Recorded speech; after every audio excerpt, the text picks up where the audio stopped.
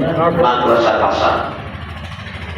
এরপরে আল্লাহ রাব্বুল আলামিন সূরা আশ-শূরা 9 নম্বর আয়াতের মধ্যে বলেন আমিত্তাখাযু মিন দুনিহি আউলিয়া ফাল্লাহু ওয়াল ওয়ালিয়্যু ওয়া হুয়া ইউহয়িল মাউতা ওয়া হুয়া আলা কুল্লি শাইইন কাদির। আল্লাহু আকবার।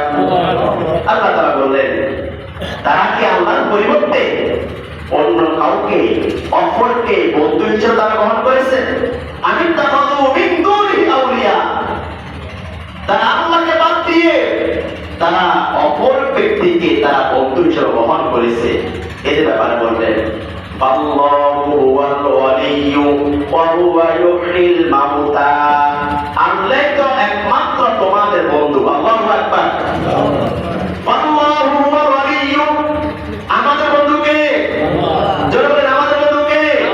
কে বললেন? আল্লাহ তাআলা নিজে বললেন আমি তোমাদের অভিভাবক, আমি তোমাদের বন্ধু, দুনিয়ার বন্ধু, পরকালের বন্ধু, সব সময়ের বন্ধু।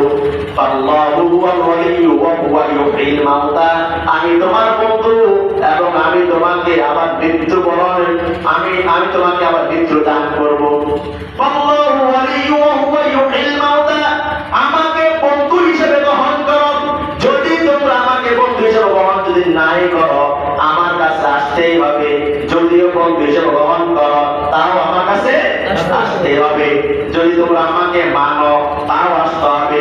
যদি না মানো, তাও আমার কাছে আসতে হবে। এক মন্দির দেখেন তাদের চিন্তা ভাবনা কেমন ছিল। একটা উদাহরণ দিয়ে কথা বলি আপনাদেরকে। এক মন্দির বলবো আমি মরবো না। কি বললেন? আমি মরবো না, আমার কোনো মরণ আসবে না। তার সাথে যে সেনারা ছিল, যে নেতারা ছিল, তাদেরকে বললেন আমি যেই ঘরের ভিতর থাকবো এমন একটা ঘর আমার জন্য তৈরি করবে। ওই ঘরে কোনো দরজা থাকবে না, জানালা থাকবে না, শুধু আলো বাতাস ঢোকার জন্য হালকা কিছু ছিদ্র দিবে, যাতে করে ওই ছিদ্র দিয়ে আজরাইলে ঢুকতে না পারে। কি বলে, পারবে তো? ছিদ্র দিয়ে ঢুকতে পারবে? আজরাইল ঢোকার জন্য কি দরজা জানালা লাগে? কোন দরজা জানালার প্রয়োজন আছে? তার শ্রোতাদেরকে বললেন আমাকে একটা রুমের ভিতরে আবদ্ধ করে রাখবেন। ওই রুমের যেন দরজা না থাকে, জানালা না থাকে, শুধুমাত্র আলো বাতাস ঢোকার জন্য কিছু ছিদ্র রাখবে। এমন বড় ছিদ্র রাখিও না যাতে করে আজরাইল প্রবেশ করে।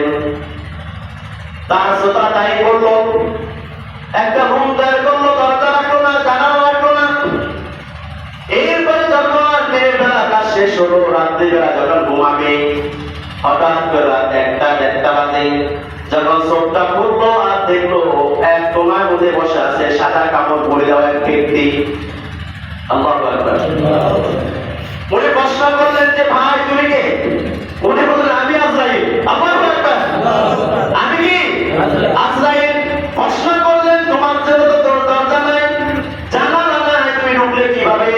তখন আজরাইল বললেন আমি এই ছিদ্র দিয়ে ঢুকলাম। আল্লাহু আকবার।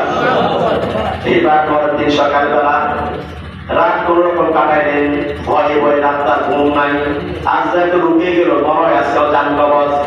আজরাইল বললেন যে ভাই আমি আজকে তোমার জান কবজ করবো না, আজকে তোমার জান কবজ করবো না, জান কবজ করার সময় আসছে সামনে। এবার পরের দিন সকালবেলা নেতাদেরকে বললেন, তার কর্মীদেরকে বললেন যত ছিদ্র আছে সব ছিদ্র বন্ধ করে দাও। এই ছিদ্র দিয়ে আজরাইল ভিতরে প্রবেশ করছে জান কবজ করার জন্য। এবার পরের দিন আবার সব ছিদ্র বন্ধ করে দিলেন। রুমটাকে ভালো করে দেখলেন, রুমটার সোনার পানি দিয়ে সে পরিষ্কার করলেন, কোনোভাবে যেন আজরাইল না ঢুকতে পারে, আমার মৌত হবে না, এই চিন্তা তার ভিতরে। এবার দিনের বেলা শেষ, রাত্রিবেলা আবার একই অবস্থা। যদি আজরাইল যদি একই জায়গায় বসে তাহলে মনে করবে এখানে ছিল। এবার আজরাইল এবার অন্য কর্মার বসে আছে। রাত্রে আবার চোখ চোখ খুলে গেল। এবার জিজ্ঞেস করেছে ভাই তুমি কে? বল আমি আজরাইল। আমি কি? আজরাইল। ভাই আজকে দরজা নাই, জানালা নাই, ছিদ্র নাই, ঢুকলে কিভাবে? আজরাইল বললে ভাই আমি ঢোকার জন্য দরজা লাগে না, জানালা লাগে না, কোন ছিদ্র লাগে না, আল্লাহর হুকুমে আমি এই রুমে প্রবেশ করি। আল্লাহু আকবার। এবার আজরাইল বলল কালকে ছেড়ে দিলাম, আজকে তোমাকে ছেড়ে দেওয়া হবে না। আজকে কি হবে? আজকে ছেড়ে দেওয়া হবে না, আজকে তোমার ভাগ্যবান করেই যাব। তাহলে এই যে কথা বললাম, আমরা সবাই মরণশীল। আমাদের মরণ হবে, নদীতে গেলেও মরণ হবে, ছাদে গেলেও মরণ হবে, আকাশে গেলেও মরণ হবে, জমিতে থাকলে মরণ হবে, দিনের বেলায় মরণ হবে, অন্ধকার রাত্রে মরণ হবে। আমরা মরণশীল হতে হবে। ইদা জা